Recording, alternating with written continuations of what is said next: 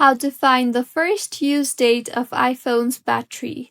Hello everyone, I am Bishaka and welcome to our channel. Now let's get right into the tutorial. Firstly, go ahead and launch the settings application on your device. Here you will see the option for battery, tap on that. Further, go ahead and tap on the battery health option you see there, and now in the interface that you will be led to, navigate to the first use tab and you will be able to see the date plus the month of the first day your battery was used. So this is how you can find first use date of iPhone's battery. If you find this tutorial helpful, please like the video and do comment if you have any queries.